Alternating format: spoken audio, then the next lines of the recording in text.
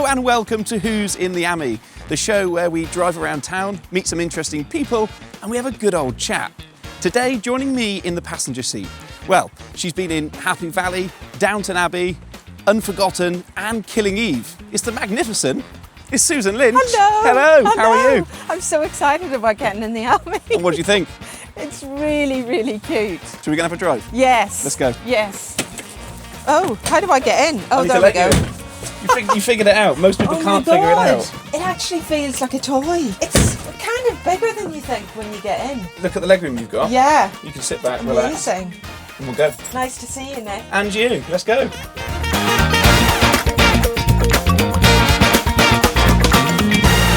So Sue, many people know you from Killing Eve, Yeah. Unforgotten, Downton Abbey. Yeah, You've been in all Downton sorts. Abbey, haven't you? one of the films of Downton Abbey, yeah. But what's it all like? It's great.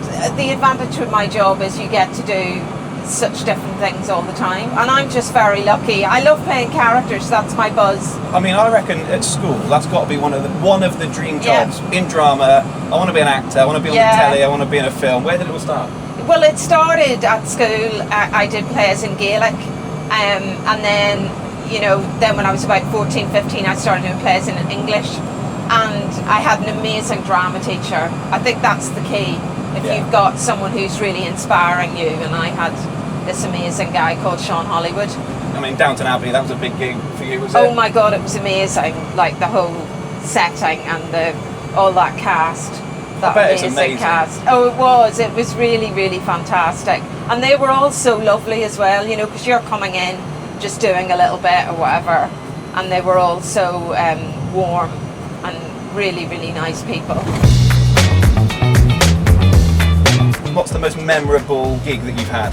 Oh, I think I played Nora Joyce in a film called Nora, Yeah. with Ewan McGregor as James Joyce. I think that would have to I mean, be. that's a cool It's one, a pretty isn't it? cool one, and I was only like 23, 24. And also, I think I was smart enough to know at that age that doesn't happen all the time, that it was a real one-off thing.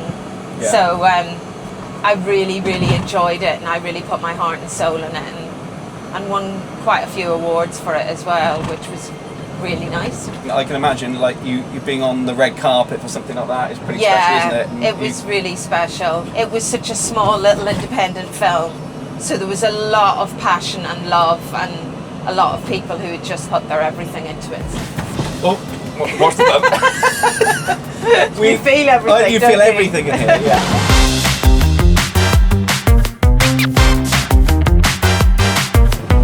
We're driving now in towards Stroud. You're near hometown, I would say, isn't it? You've lived in the area for some time? Yeah, since, oh my God, 2007. So originally, rewind back, I suppose, from where you started. Originally from Northern Ireland? Northern Ireland, yeah. Grew up in the 70s in Northern Ireland.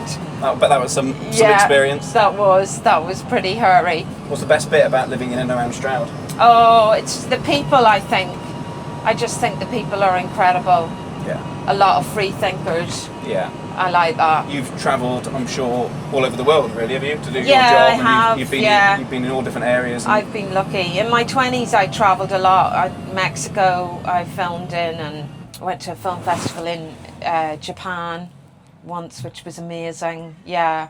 So I don't get to travel as much now, but back then it was easier as well because I didn't have a kid, so You're a bit more free. a bit more free rein. to go You're back in off. Stroud. The people in Stroud, as we know, they're fun, free spirit. Yeah. Some would say a bit eccentric, but I mean, Yeah, I love that. I live here as well. I love it, and I mean, anyone who doesn't know Stroud that well, I think Stroud's got this funny stigma, isn't it? That people think, oh, it's weird and wonderful, but it's Yeah. great. It is great, Yeah, isn't it? It's a great place to live. It is like it is its own republic. It is. Yeah, I agree. So what advice would you give to like a budding actor, budding actress? What advice would you give someone looking to try and get into the world? Well, it's a hard profession, but I think what you've got to do is you've just got to act anywhere when you can. You've just got to feed that passion. Yeah, practice, basically. Yeah. And do it wherever you can do it. That's my big advice. Don't wait for the phone to ring, Make your own magic, make your own creativity. That's what we do with the Rats group. You know, we have lots of various little projects that we do. Tell us more about the Rats group. What's it all So about? I formed it with two of my best friends, Laura and Victoria Ashcroft, and basically they had a desire to act, and I said, right, well, why don't we do some workshops? So it started off with really friends and family, and then it turned into this huge thing. You know, when we did A Midsummer Night's Dream many years back, we had 27, 28 in the cast, wow, including kids. And last year we did The Last Days of Judas Iscariot, which was amazing. And recently we had a collaboration with Coxgrove Farm, who do these huge feasts. Okay. So we would do some Shakespeare while the feast was happening. So like people would have their starters and then see a bit of Titania and Oberon, and then after the starters, you know, they'd see Juliet. You know, so there would be a pick and mix of all different Shakespeare. Yeah, and I love doing that. And that, you know, there's a lot of the group are aspiring actors. A lot of them are professional actors, but a lot of them are just doing it for fun. Like you were asking me, if you're really interested in acting, what should you do? That's really what the group was set up for, you know, for people who have a passion for it and want somewhere to create. And of all ages, all abilities? All ages, all abilities. Yeah, wow. And some people, you know, have never been on stage before, and then suddenly they're... It's something to get on stage, isn't it? I think people like people can talk to friends and family who they know, but actually to stand on a stage with an audience and people judging every word and everything you say, it's daunting, isn't it? It is, and you know, you have to be pretty brave, you know, to act, I think. And I always say that to my rats, you know, like I'm so proud of them, every single one of them. And you know, some of them are school teachers, some of them are firemen, some of them are, like I said, professional actors. And I'm so proud of them that they get up there, and you know, it's a tough thing to get up and be vulnerable in front of a group watching. So when you're, obviously you spend a bit of your time acting in front of an audience, but probably the majority of your time acting in front of a camera. Yes. And obviously being on screen. Yeah. The two are very different, I guess, aren't they? But I mean, you take it in your stride. Yeah, I've never really seen it. I suppose, you know, on camera, everything's a little bit closer. That's all. The characterisation, etc., is the same, really. I've always been intrigued. Like I've done my limited time when I've been on the telly and trying to recite lines. I find it so difficult to do. I mean, is it difficult? Do you find it easy to do? As I get older, it's getting more difficult, Nick. It also depends on the writer, I think. You know, sometimes you have a piece of writing and it's just like so easy to remember because it's so well written. Yeah. And then other times it's harder to remember and you think, oh, why is this? And I think it's just to do with how you respond to the writing. How involved in the writing do you get? Do you have any involvement at all? Or not? No. Nothing at all? You're given a script and that is it? Yeah. I mean, I do write as well. I'm not very disciplined. I've got friends who are amazingly disciplined at writing scripts, but I have written a few things, but they're kind of in my drawer. They're not really ready for anyone to look at yet. So what's on the horizon? What has Susan Lynch filmed that we haven't yet seen on our screens? Second series of 1,000 Blows comes out in January, which is really exciting, which I'm really excited about seeing actually, because I'm in a small part of it, but I loved watching it because there's such good actors in it. Stevie Graham is there, and he's also a producer. He's such a lovely, lovely man. So that's a continuation on of series 1, obviously. Yes, and it's about pickpockets and boxers in the Victorian age, and it's very visceral and cliffhangery. So you played some obviously like gritty characters, haven't you? What's like the best character you would play? What excites you the most? Yeah, I like playing gangsters. Okay. I played a sort of really wild Irish gangster in this film called Bad Day for the Cut, which I think is on Netflix if you're ever kind of going, ooh, what should we watch? It's a really, really good film, a kind of revenge film. And I play a sort of gangster in it, and I loved that. I just love that thing of playing a baddie. Yeah. You know, it's so much fun. I got to like use a gun and beat somebody with an iron, and All the things that you have, All like the these. things that I don't know if it's a dream or not. Yeah. But you like wake up and think, was that real? But you're actually doing it. It's something that you just can never, ever imagine, you know.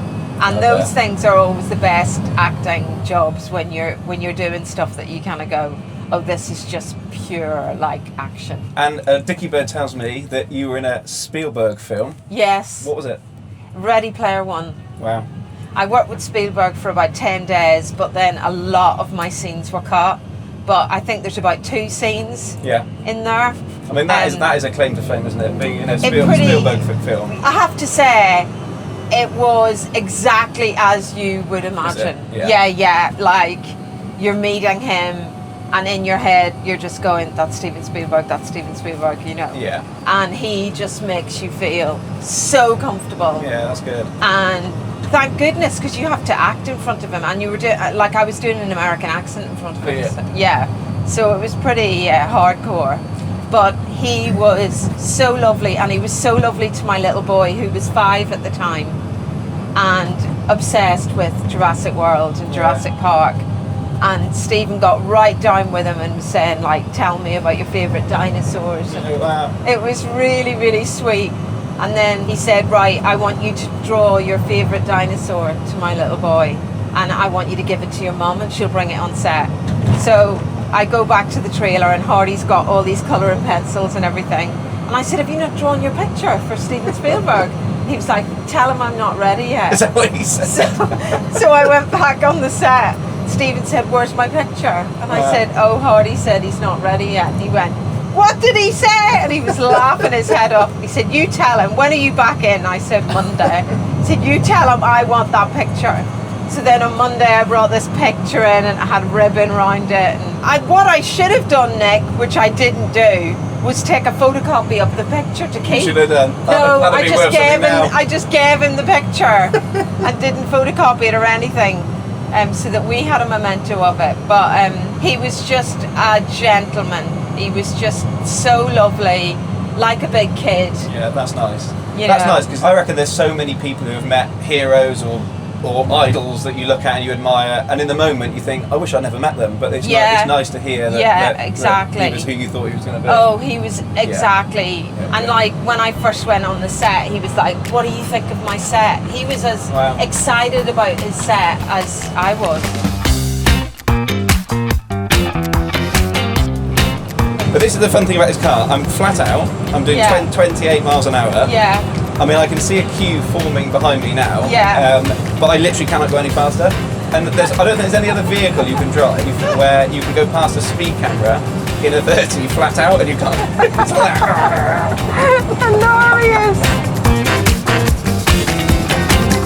Right, so we'll play a little game with my guests. We play a game called This or That. Okay. So, gut reaction, gut feeling, no chat, just the first thing that comes to your mind, okay? Oh God, okay, I'll try. So we'll try and list some of these Twitter off. on. Okay, Right. so red carpet or pyjamas? Pyjamas. Beach holiday or city break? City break. Scripted or improvised? Improvised. Early bird or night owl? Oh, night owl. Oh yeah. Yeah, big time. I'm was so like- that not was an the early shortest bird. answer. Yeah. I'm terrible in the morning. Oh, you made it here in time. I did, just about. Win an Oscar or win the lottery? Oh, crikey. I think the Oscar. You think? I think so. It depends how much you would If you win the Oscar, you probably won the equivalent of the lottery. Yeah, that's true. Yeah. And I suppose among your peers it would be nice to be recognised. But then again, how much are we talking in the lottery? Let's say 5 mil. It's got her thinking. I think Oscar. Well then. Yeah. Play the hero or play the villain? Villain. Every day. Yeah. I mean, I would want to be a traitor, wouldn't you? Traitors. What do you think? Oh my God. Let's go there. You know when, I mean, my wife is obsessed with it. Like, It's literally so watched good. it and obsessed. And some things I'm like, I just completely zone out. I'm not watching. But I've like, my eyes like wandering on. I'm like, it's actually quite good. What do you think? I just think it's amazing. Playing either a traitor or a faithful? Is that? Yeah, 100% traitor. Would you? Yeah. Would you? I don't know if I'd be very good at it. I think you would. Do you? I think you would. Oh, good. I think you'd be able to do it. Oh, thanks, Nick. But who was? What would you want to be? I think a faithful because I watched. Is it Alan Carr? He goes on the traitor. I'm a faithful. Just start laughing. I know. You want to get yourself forward for that? It's a I great know. concept. It's great. Isn't I it? would You would love. love to do it. Love to do it. Yeah. Yeah. So it's been a pleasure. Oh, Thank it's you. been so lovely. Thank you for joining me in the AMI. Yeah, it's so cute. You've been comfortable. I've been so comfortable, and there's loads of room for my legs. You're great. I'm very happy. We'll look forward to watching season 2. Yes, some for Thighs and Blows Yeah, on Disney. on Disney Plus. Great. It's been a pleasure. Oh. Thank you for joining me. Thanks, Nick.